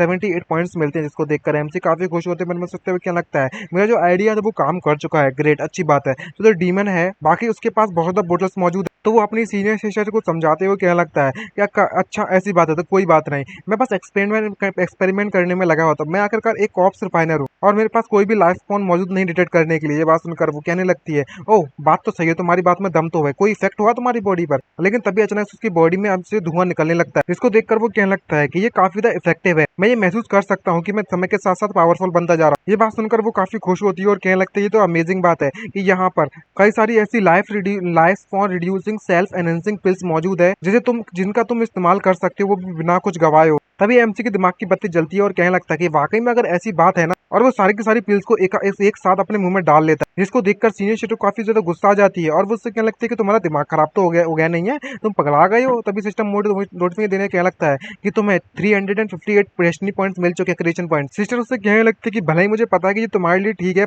अच्छी चीज है पावरफुल बनाने के लिए, लेकिन तुम इन पिल्स को इस तरीके से नहीं खा सकते क्योंकि सारी की सारी जो ड्रग रेजिस्टेंस पिल्स है वो तुम्हारे लिए बिल्कुल भी ठीक नहीं रहने वाली। तो एमसी कहने लगता है कि ऐसा बिल्कुल भी नहीं होने वाला। सिस्टम जो लास्ट 20 बोतल्स बची हुई 20 बोतल बची हुई है, तो मुझे ये बताओ कि वो मुझे सिर्फ और सिर्फ इतना ही पॉइंट दे सकती है, यानी कि जो पिल्स थी ना उतनी बची कुछ वो सिर्फ कम पॉइंट क्यों दे रही है। तो सिस्टम उससे कहने लगता है कि सिस्टम के पास भी एक एंटी चीटिंग मैकेनिज्म मौजूद है, तो तुम्हारे पास जो क्रिएशन वैल्यू है सेम मेथड को इस्तेमाल कर तुम दोबारा से इस्तेमाल नहीं कर सकते हो और उसका जो इफेक्ट है वो कम होता जाएगा समय के साथ साथ। इसको देखकर एमसी गुस्सा आता है और क्या लगता है कि तुम तो एक नंबर के कचड़े सिस्टम, यहाँ पर जहाँ बग नहीं होना चाहिए वहाँ पर बग है, यहाँ पर होना चाहिए वहाँ बग नहीं है, और यहाँ पर हर चीज पे इतना पिकी है ये सिस्टम। और सिस्टम तुमने कहा था कि मेरे पास ये एनर्जी मौजूद है और मैं अपनी इंजरी से कभी भी रिकवर कर सकता हूँ क्योंकि मेरे पास ये यांग टेंडेंट है। तभी सिस्टर उससे कह रही होती है कि तुम इस बात को हमेशा रिग्रेट करोगे जब तुम अपने बॉडी पर ड्रग रेजिस्टेंट डेवलप कर लोगे, और जब तुम्हें रियल क्राइसिस जाने की हसीली परेशानी में ड्रग का पिल्स का इस्तेमाल करने की जरूरत पड़ेगी तो तुम्हारे लिए बहुत ज्यादा खतरा होगा। लेकिन हमारा एमसी ध्यान नहीं देता और रिंग को निकालने के बाद मन में सोचते हुए कहने लगता है कि जो डीमन है इसके पास कई सारी फॉरबिडन मेडिसिन मौजूद है इस रिंग के अंदर। मैं बस इस बात पर बिल्कुल भी भरोसा नहीं करता कि मेरे ये पॉइंट नहीं मिलने वाले। और सिस्टर उसे समझाने में लगी हुई होती है कि तुम्हें मेरी बात सुनाई दे रही है, लेकिन जैसे ही वो अपनी आंख खोलकर देखती है तो पता चलता है कि हमारे एमसी ने एक साथ कई सारी बोतल्स अपने मुंह में डाल ली होती हैं। और सिस्टम नोटिफिकेशन बोलने लगता है देती है, वो कहने लगता है कि तुम्हारे पास कई सारे पॉइंट्स तो इतनी ज्यादा पिल्स को खा लिया है, और अभी इतनी ज्यादा पिल्स को खाने के बाद सारे के सारे पिल्स खाने के बाद हमारा एमसी बेहोश होकर वहीं पर गिर जाता है और उसे कई सारे पॉइंट्स भी हासिल होते हैं। लेकिन सीनियर सिस्टर काफी ज्यादा चिंता में पड़ गई होती है। तभी थोड़ी देर बाद उसे काफी ज्यादा अनकंफर्टेबल महसूस हो रहा होता है, उसके सर भी बहुत ज्यादा दुख रहा होता है और उसके हाथ पैर बॉडी सब कुछ दुख रहा होता है, और उसकी आंखें खुलती है तो पता चलता है कि इसकी जो सीनियर सिस्टर है उसकी कब्र खोदकर उसे दफनाने में लगी हुई होती है। इसको देखकर हमारा एमसी कहने लगता है कि तुम ये सब क्या करने में लगी हुई हो सीनियर सिस्टर मेरे साथ। तो सीनियर सिस्टर उससे कहने लगती है कि तुमने यहाँ पर अभी सुसाइड कमिट नहीं किया था, मैं बस तुम्हें बरी करना चाहती थी प्रॉपर तरीके से। तो एमसी चिल्लाते हुए उससे कहने लगता है कि मैंने ऐसा कुछ भी नहीं किया था, तुमने क्लियरली देखा था कि मेरी आंखें खुली हैं, लेकिन तुमने फिर भी मेरे चेहरे पर धूल डाल दी। जिसको देखकर सिस्टर उससे पूछने लगती है कि अगर तुम इतने ज्यादा पॉइजन और फॉरबिडन मेडिसिन खाने में लगी हुई है, सुसाइड नहीं है तो क्या है। कम से कम 1 घंटे तक मैंने तुम्हें देखा है कि तुम्हारी मंडली टूटी फिर बड़ी हुई, टूटी फिर बड़ी हुई, तुम्हारे जो बॉडी के पार्ट्स हैं वो पिघल के द्वारा बने फिर से डिसॉल्व होकर फिर बन। ये देखकर वो काफी ज्यादा भयानक नजारा था। इसको देखकर एमसी भी कहने लगता कि मानना पड़ेगा ये काफी ज्यादा डरावना था। बढ़िया हुआ कि मैं बहुत ज्यादा पास आउट हो चुका था, बेहोश हो चुका था, वरना बहुत दर्द महसूस होता मुझे। और अपने कपड़े चेक कर कहने लगता है कि मेरी बॉडी पर इतने ज्यादा होल्स मौजूद क्यों है, आखिरकार ये किस तरीके का तिल थी जो मैंने खाई थी, क्या इफेक्ट थे। तभी सीनियर सिस्टर उससे कहने लगती कि मैं तुम्हें पॉइजन देकर तुम्हें मारना चाहती थी और इसलिए मैंने अपनी नाइफ में पॉइजन लगाकर तुम्हें कई बार स्टेप किया, लेकिन तुम्हारी जो बॉडी थी वो काफी ज्यादा स्ट्रेंथन हो गई और काफी मजबूत हो गई। जिसे सुनकर एमसी उससे कहने लगता है कि तुमने मुझे इतने टाइम उस नाइफ से स्टेप किया है, एक्चुअली में तुम मुझे मारना चाहती थी क्या। तो सीनियर सिस्टर उससे कहने लगती है लेकिन अंत में आकर जो लोग अपनी जिंदगी को असली में समझते हैं वो अपनी बॉडी को इतना ज्यादा अब्यूज नहीं करते जो जिंदगी का महत्व समझते हैं। तभी हमारा एमसी अपनी सिस्टर के सर पर हाथ रखकर उससे कहने लगता है कि मुझे माफ कर देना सीनियर सिस्टर, तुम्हें इतनी चिंता करनी पड़ी मेरी, लेकिन वादा करता हूँ कि फ्यूचर में ऐसा कभी नहीं होगा। तभी उसे 36 पॉइंट मिल जाते हैं क्योंकि जिस तरीके से वो उसके सर पर पैट करता है तो सीनियर सिस्टर उसे उठाकर दूर फेंक देती है और हमारा एमसी बहुत ज्यादा दूर जाकर गिरता और उसे काफी ज्यादा चोट भी लग जाती है और उसे काफी सारे पॉइंट भी मिलते हैं। तो एम सिस्टम उससे क्या लगता है कि तुम्हें इस तरीके से प्रिटेंड करना बंद कर देना चाहिए होस्ट, तुम्हारे बॉडी में अभी भी एनहेंसमेंट बफ्स मौजूद है, इन्हें ज्यादा पिल्स खाने के बाद अगर तुम यहाँ पर खड़े भी रहते हो ना तो सीनियर सिस्टर है वो तुम्हें काट भी देगी तो भी तुम्हें कुछ भी नहीं होने वाला। तो एमसी उससे क्या लगता है कि तुम बेवकूफ सिस्टम कहीं कि अगर मैं प्रिटेंड नहीं करता हूँ तो आखिरकार जो मेरी सिस्टर है वो काम डाउन कैसे हो। तभी सीनियर सिस्टर उससे कहने लगता है कोई फर्क नहीं पड़ने वाला कि तुम्हारे रीजन क्या है, लेकिन तुम फ्यूचर में कभी भी ऐसा कुछ भी नहीं करने वाले हो और खासकर मेरे सामने तो बिल्कुल भी मत करना है ऐसा। और वो अपने तलिस्मान का इस्तेमाल कर वहां से गायब हो जाती है। यहाँ पर सिस्टम हमारे एमसी से कहने लगता है कि तुम्हारी ट्रिक्स पूरी तरीके से यूजलेस है, तुमने वाकई में किसी इतना डराकर उसे भगा दिया है अपनी सीनियर सिस्टर को। तो एमसी उससे कहने लगता है कि पता है ये मेरी गलती थी, मुझे पता था कि जो मेरा जो इन पीरियड वो मेडिकल इफेक्ट को पूरी तरीके से सप्रेस कर देगा, लेकिन मैंने उम्मीद भी नहीं की थी कि इतना टेरिफाइंग चेंजेस होंगे मेरी बॉडी में। मुझे ये समझ में नहीं आ रहा कि मेरी जो सीनियर सिस्टर है वो मुझे इस तरीके से देखते हुए 1 घंटे तक कैसे देखते हुए वहाँ पर शांत रह सकती है। मैं उम्मीद करता हूँ कि इसके दिमाग पे कोई भी फिजियोलॉजिकल ट्रॉमा ना रहे। और तभी वो जमीन पर कई सारे कोर्स को देखता है तो कहने लगता है कि बहुत हो गए, मेरे पास काफी पॉइंट्स मौजूद हो चुके हैं, अब मैं सीनियर सिस्टर को शांत कर सकता हूँ बाद में जाके। और सीनियर सिस्टर अभी के लिए तो शांत है ही चुकी है और मैं सभी के सभी डेमन कोर्स को मर्ज करने वाला हूँ। और तभी सीनियर सिस्टर बाहर जाकर अपनी कल्टीवेशन करने लगती है माइंड को शांत करने के लिए। और जैसे ही उसकी आंखें खुलती तो मन में सोचते हुए कहने लगती है कि आखिरकार ये बंदा अभी तक बाहर क्यों नहीं आने में लगा हुआ है, क्या उसके साथ फिर से कुछ हो गया, आखिरकार मैं ये सब क्यों सोचने में लगी हुई हूँ। ये बंदे की जो बॉडी है वो काफी ज्यादा अजीब तरीके से व्यवहार करती है, और अगर कुछ होता भी है तो मैं कैसे मान लो कुछ हो भी जाएगा। वैसे भी इसकी तो मरा हुआ बंदा ऑलरेडी, कोई नॉर्मल बंदा होता तो अभी तक 100 बार मर चुका होता, लेकिन ये बंदा इतनी पिल्स को कंज्यूम करने के बाद भी पूरी तरीके से सही है 1 घंटे के बाद, और तभी अचानक से अंदर से उसे बहुत ज्यादा भयानक एनर्जी महसूस होने लगती है। इसको देखकर वो शॉक होते हुए कहने लगते कि आखिरकार इस बंदे ने अब क्या कर दिया है, इतनी ज्यादा स्पिरिचुअल पावर फ्लक्चुएशन महसूस होने में लगी हुई है, और ये इतनी ज्यादा स्ट्रांग है कि ये स्पेशल बैरियर को भी पार कर मेरे पास पहुंच रही है। तभी हमारा एमसी को भागते हुए देखती है अपनी आंखों के सामने से, जहां पर हमारा एमसी उसे आगे से आकर सीधे गला लगा लेता है, और पता चलता है कि वो सीधे आकर वहां पर उसके कहीं पर गिर जाता है और उसका चेहरा टमाटर लाल पड़ जाता है। लेकिन पता चलता है कि हमारी सीनियर सिस्टर तो बहुत साड़ी निकली, वो अपना फायदा नहीं उठवाना चाहती, तो सीधी सी बात है वो प्लो बाहर निकाल लेती है, उसके चेहरे पर लगा देती है, और हमारे एमसी जो सपना था वो पूरी तरीके से चूर चूर हो जाता है, और कहने लगता है कि तुम्हें वाकई में इस तरीके से ट्विस्ट करने की जरूरत नहीं मूवमेंट में, ये काफी में अच्छा नहीं होता अगर तुम मुझे प्लॉट का डेवलपमेंट है वो इस तरीके से फॉलो करती, तो मैंने इस बात की कभी उम्मीद भी नहीं की थी। तभी सीनियर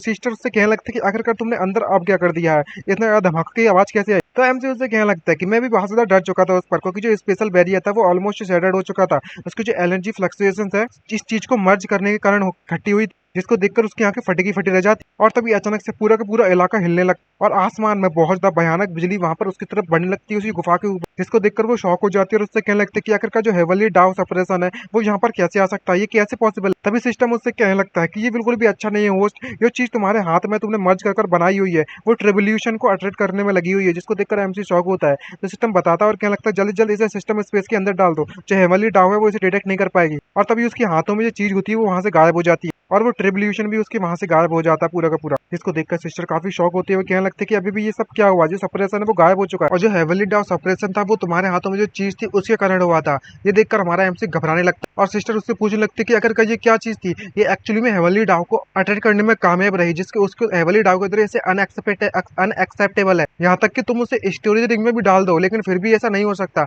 लेकिन जो सपरेशन है वो यहाँ पर नहीं आया। तभी एमसी उससे कहने लगता है ये सब इसलिए हो रहा है क्योंकि मेरे पास जो 144 थर्ड ऑर्डर के डीमन कोर्स है ना, मैंने सभी को कंबाइन कर दिया, जिसको देखकर वो शॉक हो जाती है। तो एमसी उससे कहने लगता है कि सीनियर सिस्टर क्या हुआ तुम्हारे साथ। अब यहाँ पर सीनियर सिस्टर वाकई में कुछ नहीं कहते और कहने लगते हैं कि जूनियर ब्रदर तुम्हारे पास खुद के इतने सीक्रेट्स मौजूद, ये वाकई में मेरे लिए होल्ड करना बहुत ही ज्यादा कठिन होता जा रहा है कि मैं तुमसे ना पूछूं। तो एमसी उससे कहने लगता है कि ये इसलिए कि मैं इसमें सच सच बताऊं तो मैं सब कुछ एक्सप्लेन नहीं कर सकता, जब समय सही होगा तो मैं सब कुछ बता दूंगा सीनियर सिस्टर तुम्हें। और तभी वह लोग किसी को वहां पर नोटिस करते हैं और एक बंदा वहां पर आ जाता है और कहने लगता है क्या ही कोइंसिडेंस है भाई, मैंने इस बात की उम्मीद भी नहीं की थी कि जो जूनियर सिस्टर है वो कुंगियर यहाँ पर मौजूद होंगे। और एक लड़की भी पीछे होती है इस बंदे के, इसके सीनियर ब्रदर के, और कहने लगती है वो लड़की हमें सीनियर सिस्टर से मिलकर अच्छा लगा मुझे, और सीनियर ब्रदर कहने लग वांग देंग लुओ के आखिरकार तुम तो यहाँ पर क्या कर रहे हो, सीनियर सिस्टर से पूछती है। जहाँ पर जो लौंडा बोलता है कि जूनियर सिस्टर लुओ वाकई बहुत ज्यादा क्यूरियस थी ये बात जानकर के जो इविल कल्टिवेटर है जो कि नेसेंट ट्रांसफॉर्मेशन स्टेज पर मौजूद था, I mean infinite transformation stage पर, जहाँ पर चुपकर बैठा हुआ था, तो वाकई में जगह को दिखना चाहती थी और अकेली यहाँ पर आ गई, लेकिन उसने मुझे भी यहाँ पर आकर आने के लिए पूछा। तभी अचानक से वो लड़की आगे की तरफ बढ़ती और हमारे एमसी पर अटैक करते उससे कहने लगती है कि तुम चोर कहीं के मरने के लिए तैयार हो जाओ, जिसको देखकर एमसी को कुछ भी समझ नहीं आ रहा होता कि उसके साथ चल क्या रहा है और पूरी तरीके से कंफ्यूज होता है। लेकिन तभी अचानक से हमारी सीनियर सिस्टर आगे आती है और उसके हाथों में जोर से लात मारकर उसके वेपन को दूर कर देती है, तब जाकर हमारा एमसी बच पाता है और उससे पूछने लगती है कि हे लियो किंग आखिरकार तुम यहाँ पर क्या करने में लगी हुई हो। तभी वो बोलती है वो लड़की सीनियर सिस्टर जो बंदा तुम्हारे पीछे खड़ा हुआ है वो एक नंबर का ठरकी है, कुछ मंथ पहले इसने मेरी सीनियर सिस्टर को ट्रिक कर दिया और उसके बाद इस बंदे ने सारी की सारी चीजों को उसने चोरी कर लिया, और सिर्फ इतना ही नहीं बल्कि मैं उसके साथ कांड भी कर दिया, जिससे कारण मेरी सीनियर सिस्टर के पास कहीं भी मुंह छुपाने की जगह नहीं मिली और उसने सुसाइड कमिट कर लिया। ये बात जानकर एमसी पूरी तरीके से कंफ्यूज हो जाता है और सिस्टम से पूछने लगता है इसके बारे में। तो सिस्टम उससे कहने लगता है कि यहाँ पर ऐसा कुछ भी मुझे याद नहीं है और ऐसा कुछ भी नहीं हो सकता, और तो और सिर्फ इतना ही नहीं क्योंकि कुछ महीने पहले तो मैं सोने में लगा तो आखिरकार इसकी वर्च्यू को कैसे कोई रोक कर सकता है। तभी वो थर्ड पार्टी वाला बंदा होता है लड़का, वो उसका सीनियर ब्रदर उससे कहने लगता है कि हे जूनियर सिस्टर क्या तुम यहाँ पर कोई भी गलतफहमी हो सकती है तुम दोनों के बीच में, और तो वहां पर तुम्हारी सीनियर सिस्टर थी तो आखिरकार तुम इस बात को लेकर कैसे श्योर हो कि वो एक नंबर का ठरकी है। यहाँ पर वो अपनी रिंग से कुछ निकालती और कहने लगती जिससे पहले कि मेरी सीनियर सिस्टर मरी थी उससे पहले उस बंदे के आई मीन मेरी सीनियर सिस्टर के पास उसका फोटो मौजूद था इस ठरकी का, और मैं इसे अपने साथ लेकर फिरने में लगी हुई हूँ ताकि मैं एक दिन इससे अपने सीनियर सिस्टर का बदला ले सकूं। जिसको देखकर एमसी पूरी तरीके से शॉक होते हुए कहने लगता है ये पूरी तरीके रिडिकुलस है, इसकी जो हेयर स्टाइल है इसको देखकर देखकर साफ साफ पता चल रहा है कि ये अभी भी पोर्ट्रेट बनाया गया है, क्योंकि अभी अभी तो मैंने कुछ घंटों पहले ही तो अपने हेयर स्टाइल को काटा है और आखिरकार जो सीनियर सिस्टर है उसके पास मेरी पोर्ट्रेट कैसे आ सकती है इस वाली हेयर स्टाइल की। लगता है कि सिस्टम क्या लगता है कि होस्ट ने किसी की अटेंशन को अट्रैक्ट कर लिया, जहाँ पर वो सीनियर ब्रदर उससे कहने लगता है कि यहाँ पर कोई गलत फहमी हो चुकी है तुम्हारे बीच में, तुम्हारी क्या रिलेशनशिप है जूनियर सिस्टर ली उसके साथ। तभी वो कहने लगता है कि मेरा फ्रेंड। तभी ये पूछता है कि आखिरकार कितने समय से तुम लोग दोस्त हो। तभी सीनियर सिस्टर कहने लगती है हमारे एमसी की 5 घंटे से, और हमारा एमसी मन में सोचता है, घबराते कहने लगता है सीनियर सिस्टर क्या तुम्हें इतना ऑनेस्ट होना जरूरी है। लेकिन सीनियर सिस्टर उससे कहने लगती है कि मैं इस बात की गारंटी दे सकती हूँ कि ये बंदा एक नंबर का ठगी नहीं है। तभी बंदा पूछने लगता है क्या तुम्हारे पास कोई ब्रदर है जिसका नाम ली है, लेकिन हमारा एमसी मना कर देता है। सिस्टम भी कहने लगता है कि होस्ट तुम कुछ ज्यादा ही ऑनेस्ट हो।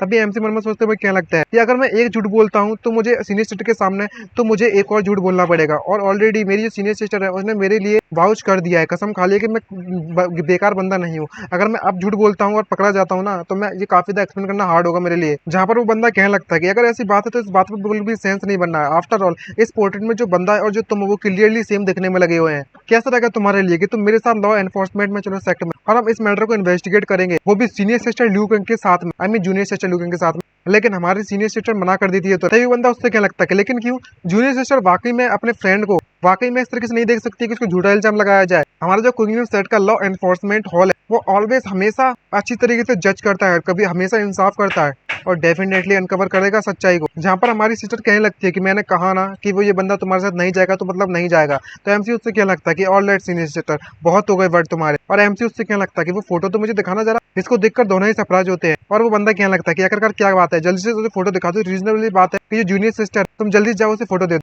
तभी हमारा एमसी उससे फोटो दिखाने लगा और देने लगता। तभी एमसी उससे गाली देता है और उससे क्या लगता है कि ये पोर्ट्रेट साफ साफ देखकर पता चलता है कि ये अभी अभी बनाया गया है और इसकी जो इंक है वो अभी तक पूरी तरीके से सूखी भी नहीं है। जिसको देखकर ये लौंडिया घबरा जाती है पूरी तरीके से और उसकी पोल यहीं पर खुल जाती है। तभी ये बंदा आगे आता है और उससे क्या लगता है कि फ्रेंड तुम मजाक करने में लगे हुए हो, ये जो पोर्ट्रेट है वो स्पिरिचुअल अवेयरनेस से इम्प्रिंटेड किया गया है, आखिरकार इसमें इंक कहाँ से आ सकती है। और तभी हमारा एमसी सारे के सारे चीजें समझ जाता है। तभी हमारा एमसी उससे क्या लगता है कि मुझे माफ कर देना कि ये इंक नहीं है बल्कि ये मेरा सलाइवा है। मैंने अभी भी देखा कि इस पेंटिंग में जो मैन है वो वाकई में बहुत ज्यादा हैंडसम है और इसलिए सलाइवा टपकने में लगा था मेरा। इसको देखकर इस लड़की को गुस्सा आ जाती है और कहने लगती है कि तेरी हिम्मत कैसी मेरे साथ मजाक करने की। तभी एमसी उससे क्या लगता है कि तुम्हें चिंता करने की जरूरत नहीं, मैं तुम्हारे साथ लॉ एनफोर्समेंट हॉल पर चल सकता हूँ, लेकिन मेरे पास कुछ क्वेश्चन है जो मैं तुमसे पूछना चाहता हूँ। तो ये बंदा क्या लगता है कि ठीक है पूछो जूनियर सिस्टर, तुम्हें सच सच जवाब देना होगा। तभी एमसी कहने लगता है कि तुम्हारा जो क्वीन सेक्ट है वो वाकई में बहुत फेमस है। तुम्हें वाकई में ऐसा लगता है कि मेरे पास इतनी हिम्मत है कि मैं तुम्हारी सीनियर सिस्टर की बिलोंगिंग्स को और उसकी इज्जत को लूट सकता हूँ, और तुम्हें लगता है कि मैं वाकई में यहाँ पर अपने आप को पकड़वाने के लिए विटनेस जिंदा छोड़ूं ताकि वो मेरे लिए बदला लेने के लिए वापस आ सके। इसको देखते हुए ये लड़की उससे क्या लगती है कि मेरी सीनियर सिस्टर की कल्टिवेशन मुझसे यानी कि तुमसे भी बहुत ज्यादा पावरफुल है और तुमने उसे ड्रग का इस्तेमाल किया था। ये बात सुनकर वो काफी शौक होता है। तो ये और बताती है कि जो मेरी सीनियर सिस्टर है उसे जब होश आया तब वो किसी तरीके से तुम्हारे चंगुल से बचकर रेसिस्ट कर निकलने में कामयाब रही थी। तभी एमसी पूछता है कि तुम्हारी सीनियर सिस्टर की कल्टीवेशन लेवल क्या है। तो ये बताती है अर्ली फाउंडेशन एस्टेब्लिशमेंट स्टेज। तो एमसी उससे क्या लगता है कि मुझे माफ कर देना, लेकिन जो कल्प्रेट है वो डेफिनेटली मैं नहीं हूँ, क्योंकि जो अर्ली फाउंडेशन एस्टेब्लिशमेंट के स्टेज है मुझे उसे हराने के लिए ड्रग की जरूरत नहीं है। ये देखकर वो बंदा उससे पूछने लगता है कि अगर तुम्हारा कल्टीवेशन लेवल क्या है फेलो डाविस। और तभी एमसी पोज मारते उससे क्या लगता है कि रिफाइनमेंट 5th स्टेज। इस लड़की को ये देखकर गुस्सा आने लगती है और कहने लगती है कि बिग ब्रदर इस बंदे को जल्दी जल्द घसीट कर यहाँ से ले जाओ, ये बंदा बस बेवकूफ है और बकवास करने में लगा हुआ है। यहाँ पर एमसी उससे क्या लगता है कि हे लिटिल गर्ल, तुम्हें लगता है कि तुम कुछ ज्यादा ही करने में लगी हो। मैं बताना चाहता हूँ कि मैं एक नंबर का जीनियस हूँ, जीनियस, और मुझे तुम जैसे को हराने के लिए मेरे लिए कोई बड़ी बात नहीं है। मैं भले ही इस वक्त क्यू रिफाइनमेंट 5th लेयर पर मौजूद हूँ, लेकिन मैं कभी भी अपने आप इतना कमजोर नहीं समझता कि मैं फाउंडेशन स्टेमेज कल्टीवेटर को नहीं हरा सकता। ये बात सुनकर ये बंदा कहने लगता है कि तुम्हारे पास वाकई में इतनी स्ट्रेंथ मौजूद है, तो जो मेरी जूनियर सिस्टर है वो वाकई में तुम पर इल्जाम लगाया हुआ गलत। तभी एमसी कहने लगता है कि तुमने बिल्कुल सही कहा, ये मेरे पर झूठा इल्जाम लगाने में लगी हुई है और मुझे कंपनसेशन की जरूरत है मेंटल डैमेज के लिए। तो वो बंदा बीच में उसे रोकता है, उससे कहने लगता है लेकिन मैं तुम्हें प्रूव करना चाहता हूँ कि तुम्हारे पास इतनी ज्यादा स्ट्रेंथ मौजूद है, तो कैसा रहेगा इस बारे में। मेरी जो कल्टीवेशन है वो पीक लेवल पर है फाउंडेशन एस्टेब्लिशमेंट पर, और 3 मूव के अंदर अंदर तुम्हें मौका दूंगा अटैक करने का मुझे। अगर तुम मुझे इंजर करने में कामयाब रहे बिना किसी भी मैजिकल आर्टिफैक्ट का इस्तेमाल कर तो मैं मान जाऊंगा कि तुम इनोसेंट हो, वरना मैं तुम्हें जबरदस्ती लॉ एनफोर्समेंट में अपने सेट के अंदर ले जाऊंगा इन्वेस्टिगेट करने के लिए इस मैटर को। इस बात को सुनकर हमारा एम्स थोड़ा सोचने लगता है और वो बंदा इस का फायदा उठाकर कहने लगता है क्या तुम्हें डर लगने में लगा हुआ है क्या? तुमने कहा था कि तुम किसी भी अर्ली फाउंडेशन एस्टेब्लिशमेंट कल्टीवेटर के मुकाबले में काफी पावरफुल हो, तो जो मेरी कंडीशन है वो वाकई में रीजनेबल है, सही कहा ना? हमारा एमसी उससे कहने लगता है कि ऐसी बात नहीं है, मुझे बस इस बात का डर है कि अगर मैंने अपनी स्ट्रेंथ को कंट्रोल नहीं किया और तुम्हें चोट पहुंचा दी तो। इस बात को देखकर वो दोनों हंसने लगते हैं और लड़की कहने लगती है कि सीनियर सिस्टर तुम आखिरकार इन जैसे बेवकूफ को अपना दोस्त बना तो कैसे सकती हो। तभी वो बंदा कहने लगता है कि कोई बात नहीं, अगर तुम मुझे चोट पहुंचा भी देते हो तो वो इसलिए होगा क्योंकि मेरे पास एबिलिटीज मौजूद नहीं है, और मैं इसे ब्लेम नहीं करने वाला। और मन में सोचते हुए क्या लगता है कि मुझे लगा था कि मुझे यहाँ पर मुझे प्लान बनाना पड़ेगा, लेकिन अब मुझे समझ में आ चुका है कि ये बंदा एक नंबर का बेवकूफ है। तभी हमारा एमसी हाथ बढ़ाकर उससे क्या लगता है कि अगर ऐसी बात है तो कैसा लगा कि मुझे कि तुम कंपनसेट करोगे मेरे मेंटल डैमेज के लिए अगर मेरी इनोसेंस प्रूव हो जाती है तो। तभी वो बंदा उससे क्या लगता है कि फेलो डाइस्ट,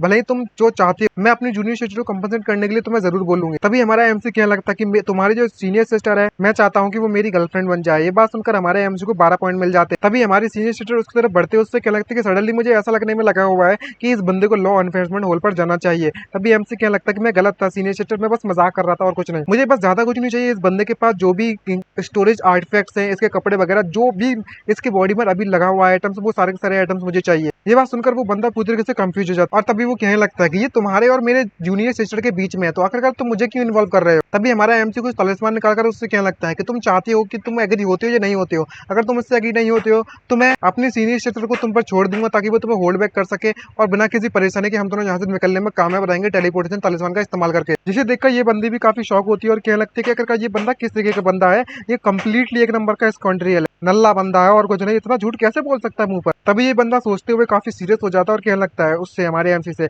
ठीक है मैं तुम्हारी कंडीशन से एग्री होता हूँ, लेकिन अगर तुम हार जाते हो तो तुम और जो सीनियर सिस्टर लियू वो ने मेरे साथ सेक्टर पर वापस चलना पड़ेगा, और सीनियर सिस्टर लॉ एनफोर्समेंट में तुम्हारे साथ नहीं जा सकती। ये बात सुनकर हमारी सीनियर सिस्टर उससे कहने लगती है कि ये किस तरीके की रिक्वेस्ट है, तुम वाकई में चाहती हो कि टॉर्चर कर इससे कन्फेशन करवाना चाहती हो इसके क्राइम का जो कि इसने किया भी नहीं। तभी हमारा एमसी इससे कहने लगता है कोई बात नहीं सीनियर सिस्टर, तुम इस बात से एग्री हो सकती है। जिसे देखकर वो काफी सरप्राइज होती है, उससे पूछने लगती है कि तुम ये सब क्या सोचने में लगी हो, ये ऑब्वियसली तुम्हें फंसाना चाहता है। तो एमसी कहने लगता है कोई बात नहीं तुम ये पकड़ो। तभी वो हाथों में कुछ इशारा देता है हमारी सीनियर सिस्टर और वो तुरंत टेबल पर बैठ जाती है और उससे कहने लगती है कि तुम्हें इस बंदे को क्रिपल करने की जरूरत नहीं है, इसके पास अभी काफी पावर मौजूद है और वो हमारे सेक्टर में काफी ज्यादा बैकिंग भी मौजूद। और हमारा एमसी तुरंत इस बात से एग्री भी हो जाता है और मान जाता है, और वो लड़की उस बंदे से पूछने लगती है कि ये बंदा एक नंबर का बेवकूफ है क्या, लेकिन फिर भी क्या करना चाहिए हमें। दूसरी तरफ हमारा एमसी उसकी तरफ बढ़ते उससे कहने लगता है कि हम लोग कंटिन्यू करने वाले हैं। वो मन में सोचते हुए कहने लगता है ये जो बंदा है ली क्विंगन के साथ फ्लाई करने में लगा हुआ था, जो डेफिनेटली बात जो फाउंडेशन स्टेजमेंट पर अभी तक नहीं पहुंचा है। आखिरकार इसकी जो कॉन्फिडेंस है वो कहाँ से आने में लगा हुआ है, झूठ बोलने में लगा हुआ है, ब्लफ करने में लगा हुआ है। आखिरकार इसने अपने इस बंदे ने अभी अपना हाथ ली क्विंगन को दिखाया,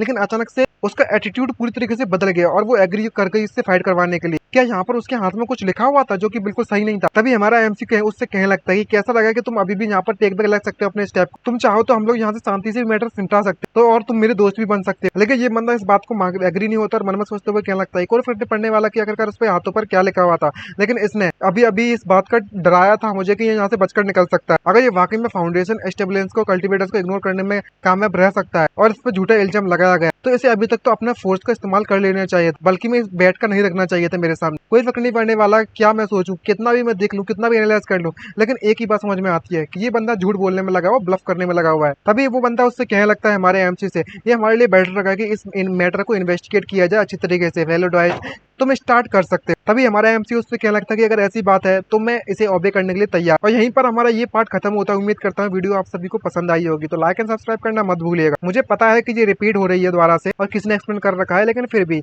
इसके आगे चैप्टर्स नहीं हुए तो मैं स्टार्टिंग से पूरा एक्सप्लेन कर रहा हूँ। तो यार थोड़ा बहुत सपोर्ट दिखाओगे आप लोग भी, उम्मीद करता हूँ। तो मिलते हैं next video, bye bye, see you Narayan, signing out.